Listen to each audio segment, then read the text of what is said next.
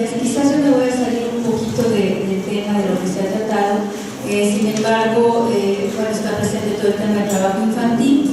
A lo largo de nuestra experiencia, ya Jorge habló hace un momento, esta ponencia la preparamos entre Jorge y su servidora. Hemos platicado muchísimo con niñas y niños migrantes, más de 200, 300, no recuerdo. Hemos trabajado en talleres lúdicos y lo primero que se me vino a la cabeza fue una serie de testimonios y de cosas que hemos recogido en las diferentes publicaciones. Parte de nuestro trabajo se los entregaron a la encarga. Y bueno, quisiera un poco platicarles de esto. ¿Qué pasa con los derechos de las niñas, niños y adolescentes cuando hay que migrar? ¿Qué pasa con estos derechos? Una vez que estuve leyendo la Ley General de Derechos de Niñas, Niños y Adolescentes, pensé que era como un ideal, o sea, sí son derechos, son ideales, pero ese sujeto de los derechos, dije, ¿esto existe? Y si no existe, ¿cuánto tenemos que hacer para que exista? Entonces me pregunté, ¿qué pasa con estos derechos? ¿Qué pasa con tu casa, tu familia, tus amistades, tus raíces, tus plantas y tus mascotas? ¿Qué pasa con tu propia historia cuando llegue el hecho de migrar? ¿Te preguntaron? Parecería que así tenía que suceder, ni siquiera creo que te hayan preguntado. ¿Así ha pasado antes? ¿Te vas solo o sola, con alguien más, con un familiar, con un paisano, o con gente de tu familia, con tu hijo o con tu hija en el vientre, o con la imagen de tu familia atrapada en un pedazo de papel? ¿Quién te va a atender en la enfermedad? ¿Quién te va a cuidar? ¿A dónde vas a llegar? ¿Qué va a pasar con tu escuela? ¿De a poco te vas a trabajar a los campos o tratas de cruzar o te la vives arriesgando tu vida para tratar de no ser visto y detenido o asegurado? Pareciera entonces que tus derechos quedan sin salvaguarda, sin salvoconducto, suspendidos, trastocados, sin una autoridad que los garantice. Tu ser se vuelve terreno de todos y de nadie. No comprendes aún las huellas que deja la violencia o la violación. Tienes hambre, necesitas afecto, necesitas información, que se te escuche, que se te consulte. Quieres unirte de nuevo a tu familia y eso se va volviendo prácticamente imposible por la frontera que te separa de ella. Si estás en los campos de cultivo, tus pequeñas manos pasan del juego o de la caricia a hacer producir los pequeños ranchos o los grandes campos agrícolas agroexportadores. Sientes el calor y el cansancio que deja una larga jornada en tu pequeño cuerpo. Corres y así descalzo, mojado y sin comer, te incorporas a tu improvisado salón multigrado. Tus grandes ojos tratan de captar y comprender lo que tu alma quiere dejar de sentir. Eso pasó en Hidalgo con un niño de 5 años, aún lo recuerdo. Cuando has llegado al mismo campo, sabes que regresando a la escuela de ese campo vas a volver a ver a tus compañeros, a tus amigas, a tus amigos, en ese espacio donde realmente te sientes niña o niño. Sabes que los vas a volver a ver porque vuelven a coincidir y juntos van a concluir el 6º de primaria. Finalmente, si estás, algún día platicamos también con 2 pequeñas niñas de Guerrero en el estado de Morelos y estaban felices de migrar, de trabajar e ir a la escuela. O sea, de los 3 hechos de haber estado trabajando incluso. ¿Por qué? Esa gran alegría nos la contaban que era porque era la única forma de escapar de un matrimonio forzado, porque ya habían visto a otras niñas que no tenían escapatoria. No tanto del matrimonio, quizás eso no era tanto lo que les importaba, sino el que pudieran vivir violencia, esa violencia que se vive, y que decían, una vez que vivamos esa violencia ya no podemos regresar ni salirnos del matrimonio porque ya nos vendieron. Eso nos pasó platicando en ese campo. Sin embargo, ellas no querían que eso fuera su destino. Aún recuerdo también el caso de un niño en Tijuana, en donde él se fue solo y luego finalmente nos cuenta que su tía lo prostituyó.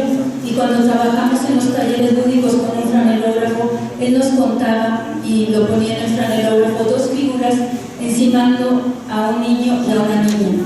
Él jugaba ese doble papel de niño o niña, dependiendo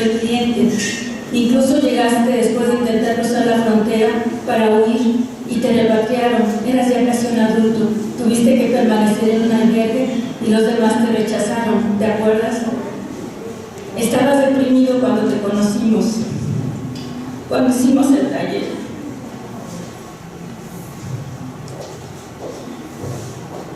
Sin embargo, gracias a ese taller, esa pequeña intervención psicológica, pudo expresar este dolor y él iba a suicidarse.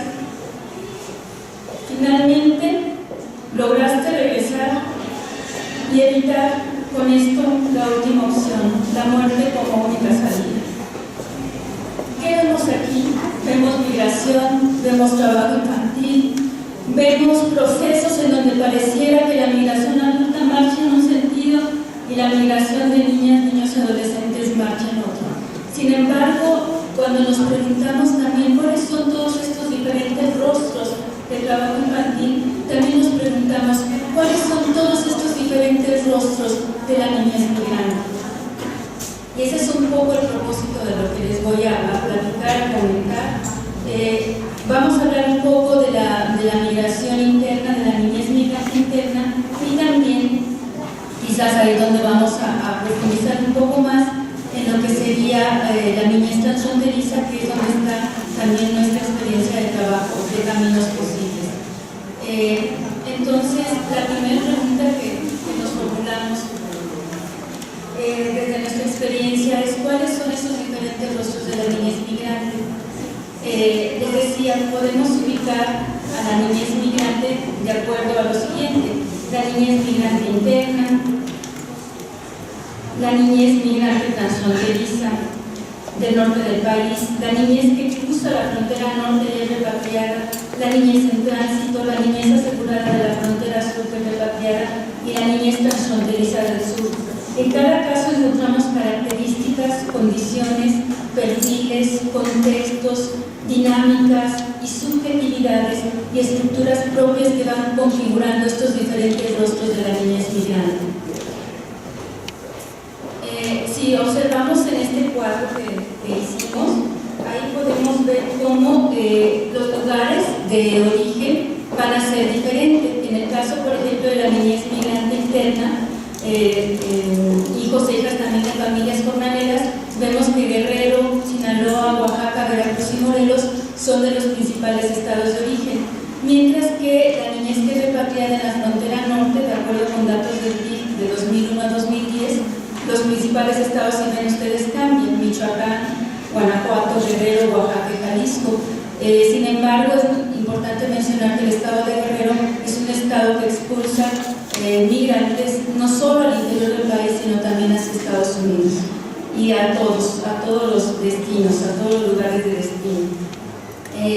Por otro lado, lo que es la niñez migrante no acompañada, asegurados en la frontera sur, no se llaman repatriados sino asegurados, son principalmente los países centroamericanos de Honduras, Guatemala y El Salvador.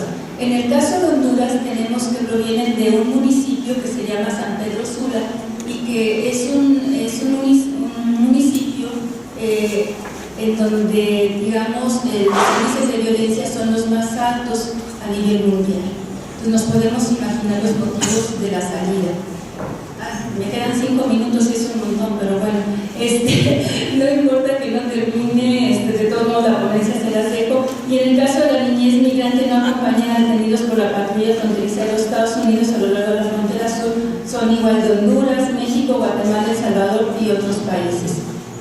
En cuanto a la niñez migrante interna y trabajo infantil, nosotros podemos observar que, de acuerdo con la Encuesta Nacional de Jornaleros Agrícolas en 2009, se estimaba que esta población jornalera era 2.071.483. A partir de esto, se contabilizaron 758.163 niñas, niños y adolescentes menores de 16 años, de los cuales aproximadamente el 22.5% de ese total estaban trabajando. Si los analizamos por rango de edad, cuando son más pequeños, son básicamente que están acompañando a sus padres, madres o paisanos a los campos agrícolas, pero en la medida que su edad va incrementando, ellos y ellas van a los campos agrícolas a trabajar. Es decir, no son hijas e hijos de jornaleros agrícolas migrantes, son niñas y niños y adolescentes que están trabajando en esos campos agrícolas, ¿sí? Incluso en un estudio que hicimos hace algún tiempo ya, que publicó UNICEF en 2005, ahí yo los datos que sacaba eran que la edad a la que estaban empezando a trabajar las niñas y niños era la misma edad que sus padres reportaban que habían empezado. Es decir, estamos viendo toda una reproducción intergeneracional de esta pobreza y de estas condiciones. En cuanto a la niñez migrante no acompañada, pues bueno, ya no me alcanzaría a darles todo, pero sí quisiera decirles que existe un gran problema para definir quién es esta niñez migrante no acompañada. Cuando incluso hacemos énfasis en no acompañada, quiere decir no está acompañada al momento del cruce transfronterizo.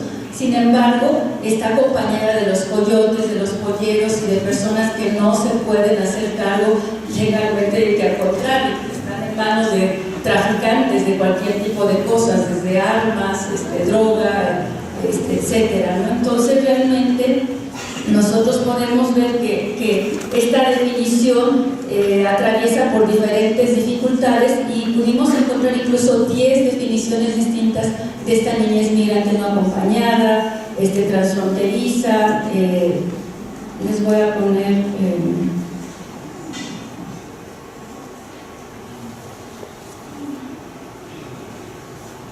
perdón. No está aquí, sin embargo, sí quisiera decirles que en el caso de la Ley General de los Derechos de las Niñas, Niños y Adolescentes, no hay una definición conceptual de esto. No sé si pueda pasarme, es muy, yo traía más o menos 20 minutos, pero sí quisiera ir a la parte de recomendaciones, me daré la oportunidad de leerlas porque digamos, va con lo que es la ley. Sí quisiera decirles también que en las causas por las que migran las niñas, niños y adolescentes hacia Estados Unidos, lo primero que tienen que ver es con cuestiones de tipo económico. En segundo lugar, por cuestiones de tipo de reunificación familiar, y dependiendo de la edad también, pues se puede ver que puede cambiar. Por ejemplo, en las mujeres adolescentes puede ser que esta reunificación familiar no sea con mamá o papá, sino que más bien sea con su pareja, siendo muy jóvenes, incluso muchas migran ya embarazadas. Y si son más pequeños, los más pequeños, menores de 12 años, migran para esta reunificación familiar. Entre más grandes también, el motivo principal de la migración es por cuestiones económicas. Sin embargo, cuando hubo todo este crecimiento del flujo migratorio de centroamericanos pasando por México hacia Estados Unidos, que se calculó que aproximadamente iba a llegar a 90,000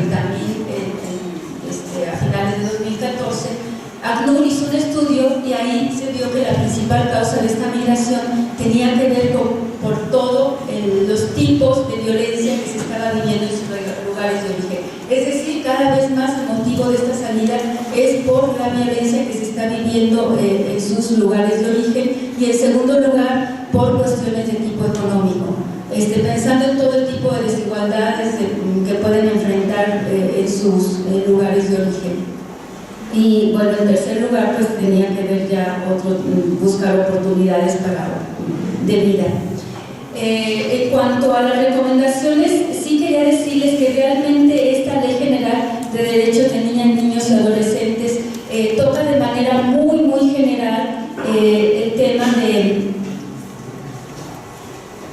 tema de la migración, ¿sí? Entonces, yo sí quisiera pensar que pudiera más bien verse todo el tema de la migración infantil transversal en la ley, porque realmente no está presente, ¿sí? Cada artículo de la ley tiene que ser comprendido respecto a lo que sucede en el caso de la niñez en condición migratoria, con todas sus categorías de análisis, es decir, bajo un enfoque transversal. Cuando preguntaban también hace un momento respecto a la perspectiva de género, no hay un enfoque de género. O sea, está el principio de igualdad, de no discriminación, y hay una parte cuando se describe este derecho que se dice que se hará con perspectiva de género, pero obviamente yo creo que esto se va a la reglamentaria y hay que estar peleando en la reglamentaria para que esto suceda. Para aplicar esta ley tenemos que deconstruirnos y repensarnos como sociedad. Es decir, de verdad, cuando uno lee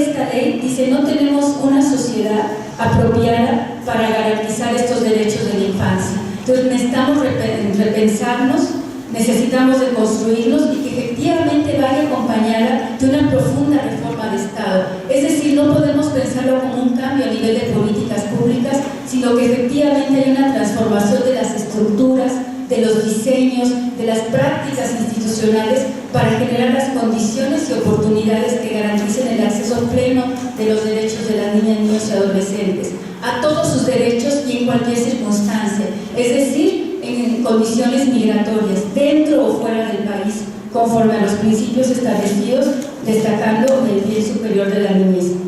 Hay que pensar que tenemos, al igual que todas las leyes, dos mecanismos muy importantes: el Sistema Nacional de Protección y el Programa Nacional, el Programa Nacional de Protección de Niñas, Niños y Adolescentes. Y a partir de aquí necesitamos efectivamente garantizar los recursos presupuestales, que implica cambios en la armonización. Hay que armonizar leyes, hay que pensar que estos cambios se den a nivel de planeación, programación, presupuestación, ejecución, evaluación y seguimiento del gasto público. Mientras no sucedan estos cambios a nivel de la Ley General de Responsabilidad Hacendaria, pues estaremos hablando como de adecuación de lo existente, pero sí necesitamos garantizar este presupuesto.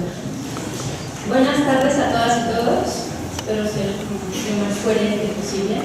Me toca un tema complicado, que es el tema de trata de personas. Me parece que muchas y muchos de ustedes ya han escuchado al respecto. Y me toca establecerlo en esta mesa sobre los factores sociales que permiten el trabajo infantil. ¿Por qué el tema de trata de personas puede ser uno de los factores? Por muchas razones. Como ustedes bien saben, existe en México trata interna y trata internacional. Como lo acabo de mencionar, está muy vinculada también a los fenómenos migratorios, tanto internos como internacionales.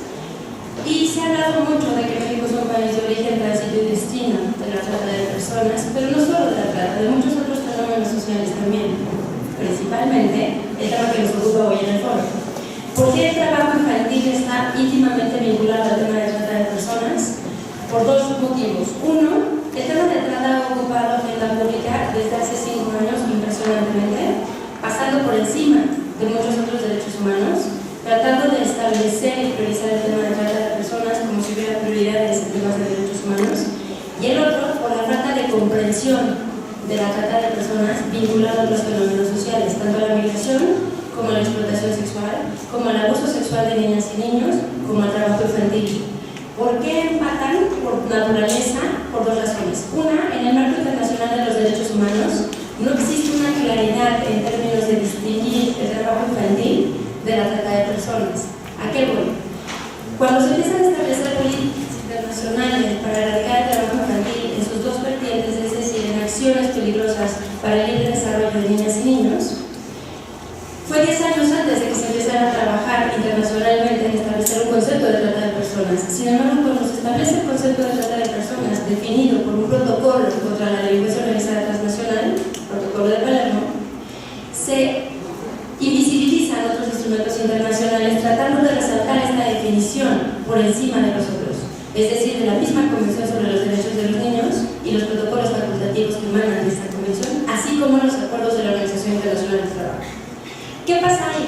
Que si ustedes identifican el tema del trabajo infantil desde, por ejemplo, el programa IPEC, van a tener una visión de lo que es el trabajo infantil. Pero si ustedes empiezan a analizar el tema de trata de personas, van a quedar muy cortos en relación a qué es el trabajo infantil vinculado a la trata de personas. Existe una línea muy pequeña y tenue para distinguir el trabajo infantil de la trata de personas, pero que es sumamente importante resaltar. Uno de los elementos principales para establecer la trata de personas es el sometimiento de esa persona para obtener un beneficio.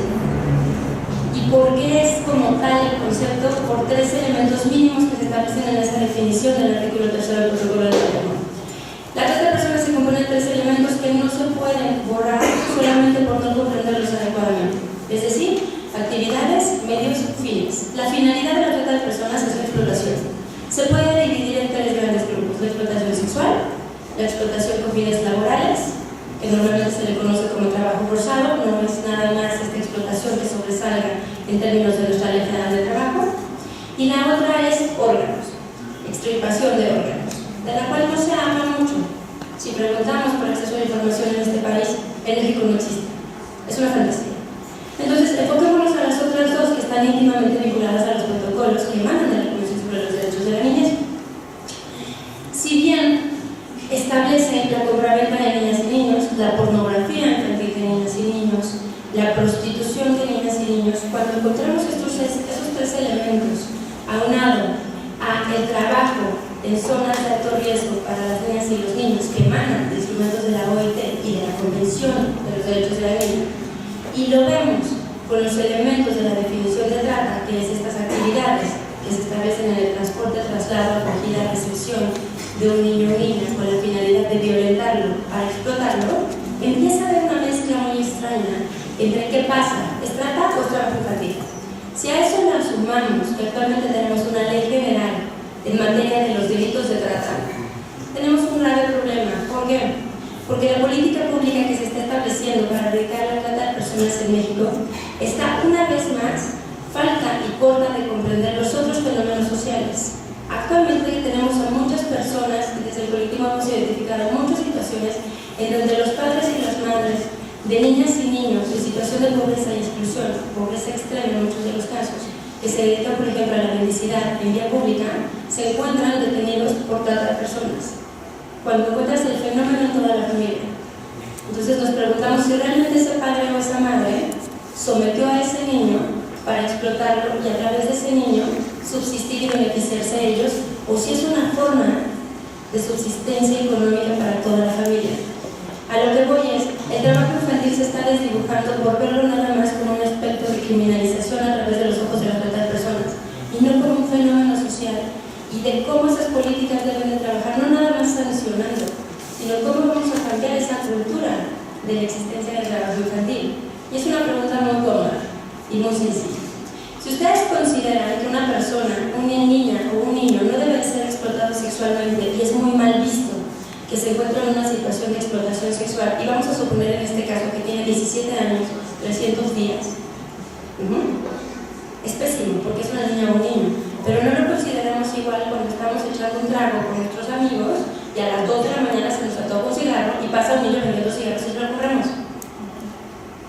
No lo vemos tan mal. En ese aspecto es como de, bueno, me dio un poquito de flojera pararme, el otro está muy lejos, estoy ayudando al niño. Nunca nos preguntamos en ese momento qué hace un niño o niña a las 2 de la mañana con una cajonera, con dulces o cigarros, vendiéndolos en la vía pública, atentando a todos sus derechos. ¿Cierto o falso?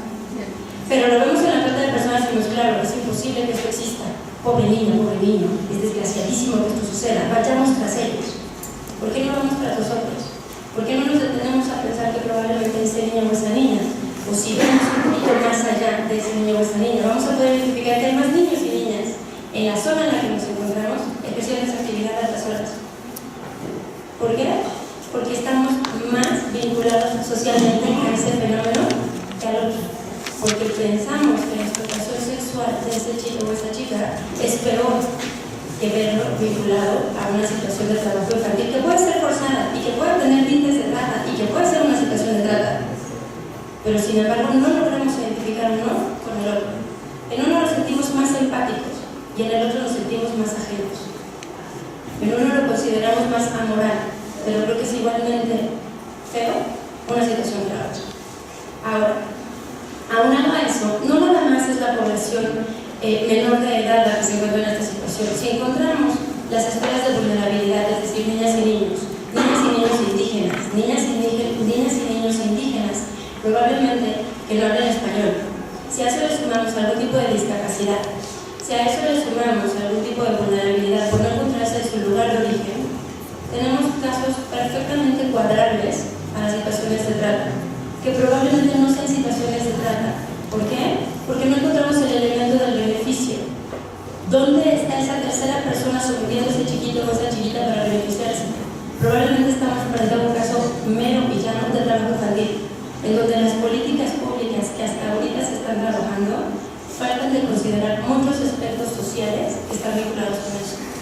Porque no nada más es preguntarnos qué pasa con ese niño y esa niña y los derechos que se le violentan: acceso a la educación, acceso a salud, acceso a identidad, sino dónde están sus hermanos, dónde está su familia, nació así, ¿cómo se pareció?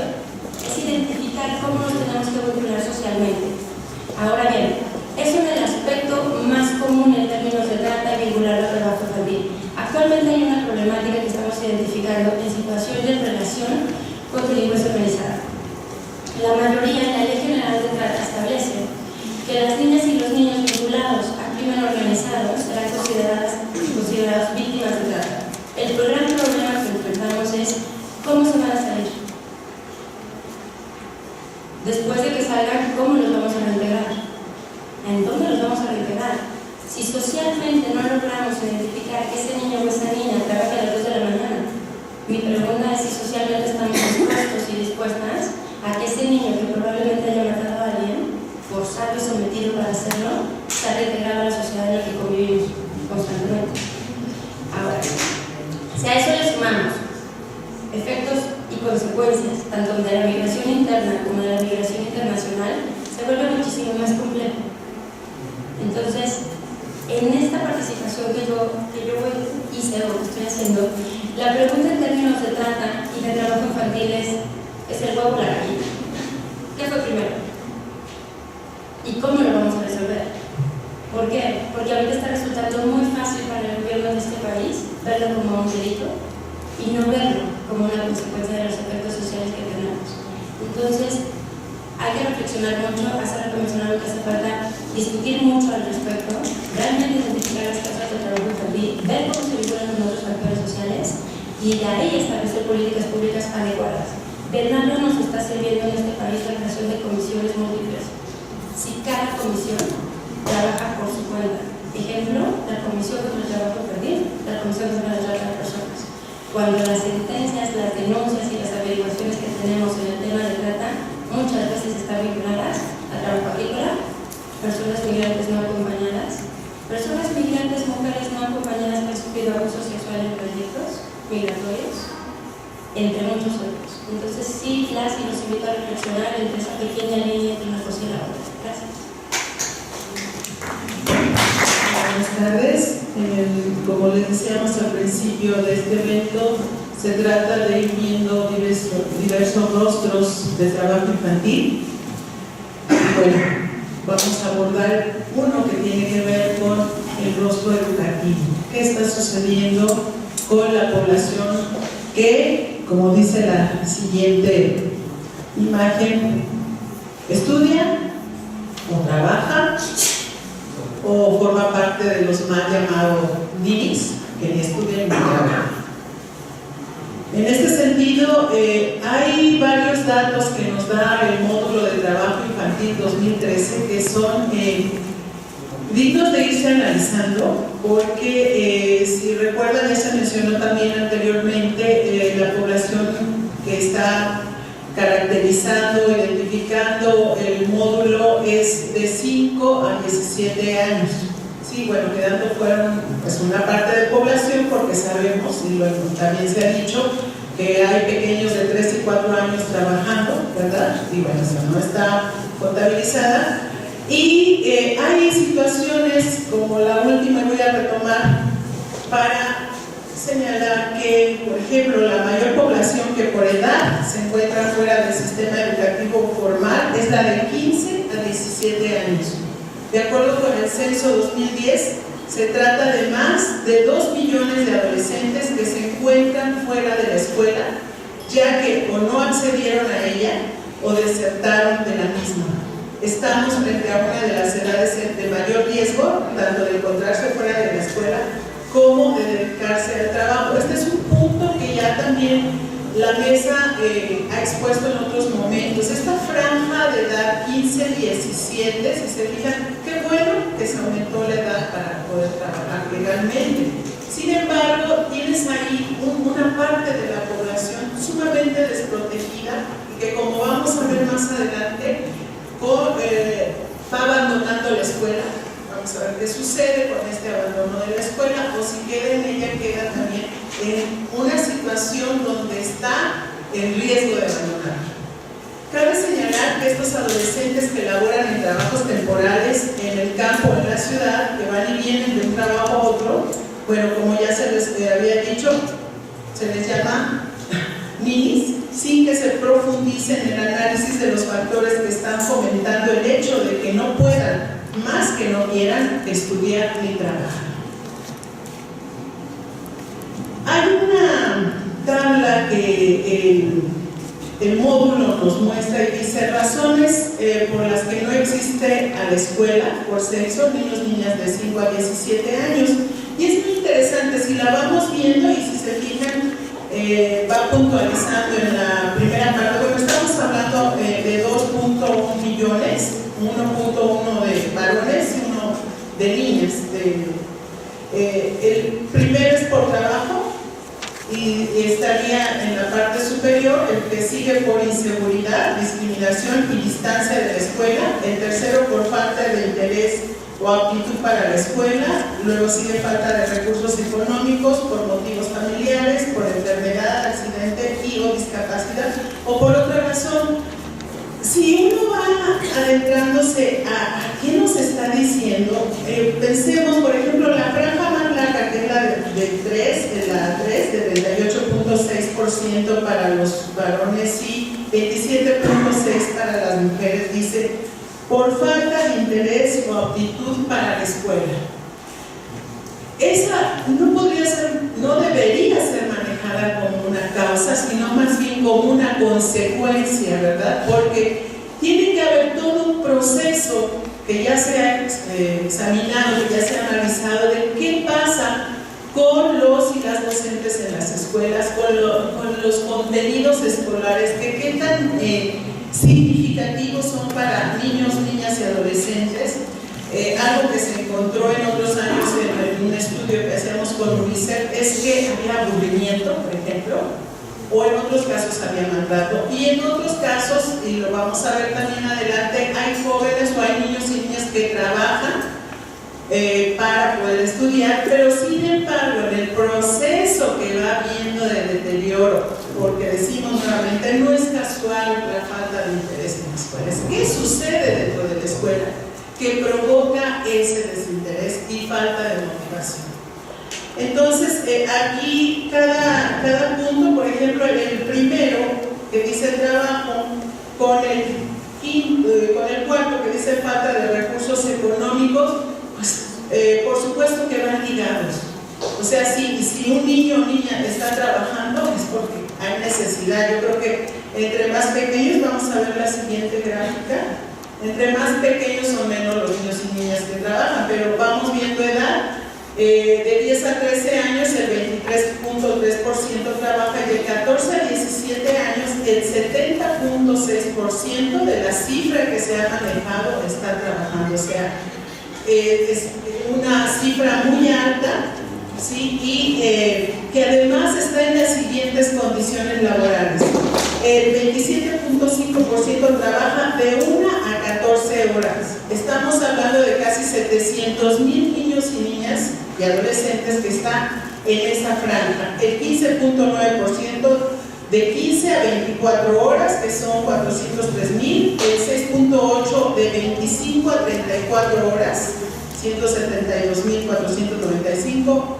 El 29.3%, casi el 30%, trabaja 35 a más horas, 743,251. ¿Qué significa esto a nivel de desgaste físico, mental, emocional de un niño o niña adolescente que trabaja?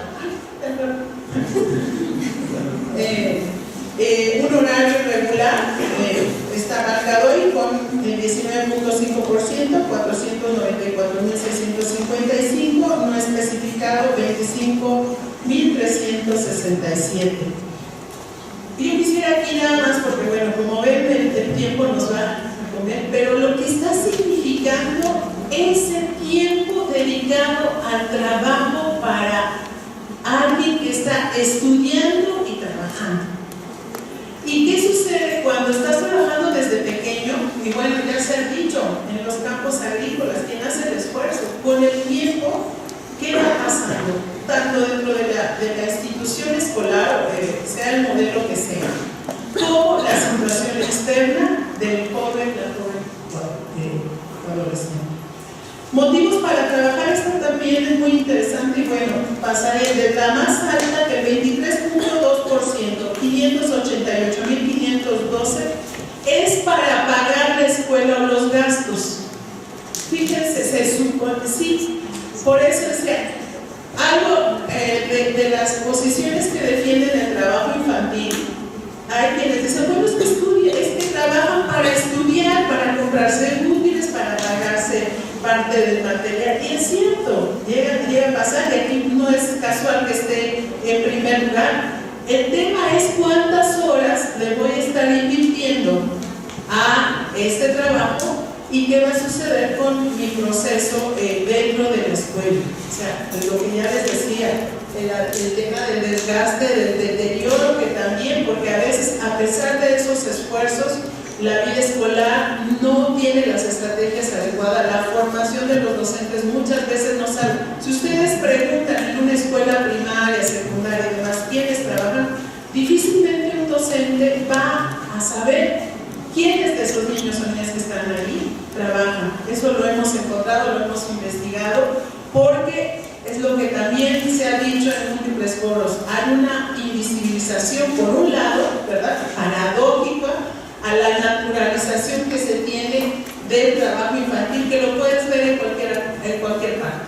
Pero, pues la institución ahí, muchas veces, creo que la mayoría no está preparada para recibir esta población. Entonces, bueno, podemos ver la necesidad de trabajo porque le gusta o por ayudar, aprender un oficio, necesidad económica, otra razón. También ya se ha mencionado cómo la mayor parte se va al sector agropecuario, que también, si fuésemos análisis más finos, podríamos también ver qué tipo de desgaste implica cada situación y de qué manera en realidad se podría combinar con la escuela.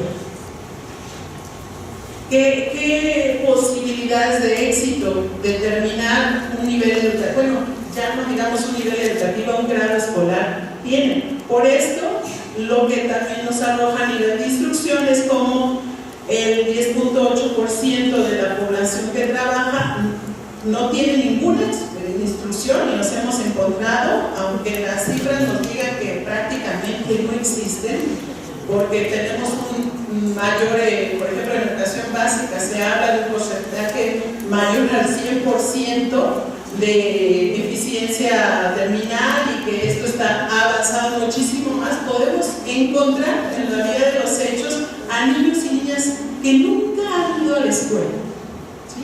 Y aunque son pocos, sí los hay, y sí vemos esta primera parte.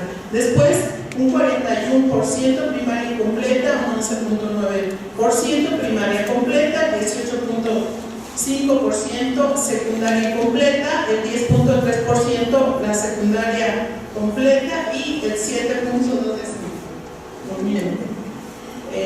algún año de preparatoria. Los procesos de retención y abandono escolar, donde el trabajo tiene un gran peso o importancia junto con otros factores. También se ha investigado cómo el abandono, la reprobación, la repetición, por ejemplo, son fenómenos multicausales, multifactoriales. Pero el trabajo tiene un gran peso, y no es casual que estas cifras de más de 1.600.000 niños y niñas están fuera de la escuela, ya identificadas como niños y niñas trabajadores. Y bueno, ¿qué hacen? ¿Cuál es su presente y su futuro? ¿Se repetirá? Lo hemos visto, el círculo de pobreza e ignorancia. ¿Qué hacer? Y bueno, la pregunta que queda también como parte de la mesa en trabajo sería entonces la respuesta. Desde mi posición ya más bien a nivel personal, ningún niño o niña o adolescente tendría que trabajar, ninguno, menos por necesidad, porque aquí la plataforma común es la pobreza, y aunque se diga que no hay diferencias, lo vemos en los casos ya de explotación, muchas veces es esa, la pobreza, y la pobreza extrema, que no en balde se marca más de 50 millones de la población mexicana. Bueno, sería todo. Gracias. Muchas gracias. Como ven, vamos ya inclusive desde la mesa planteando preguntas más que digamos junto con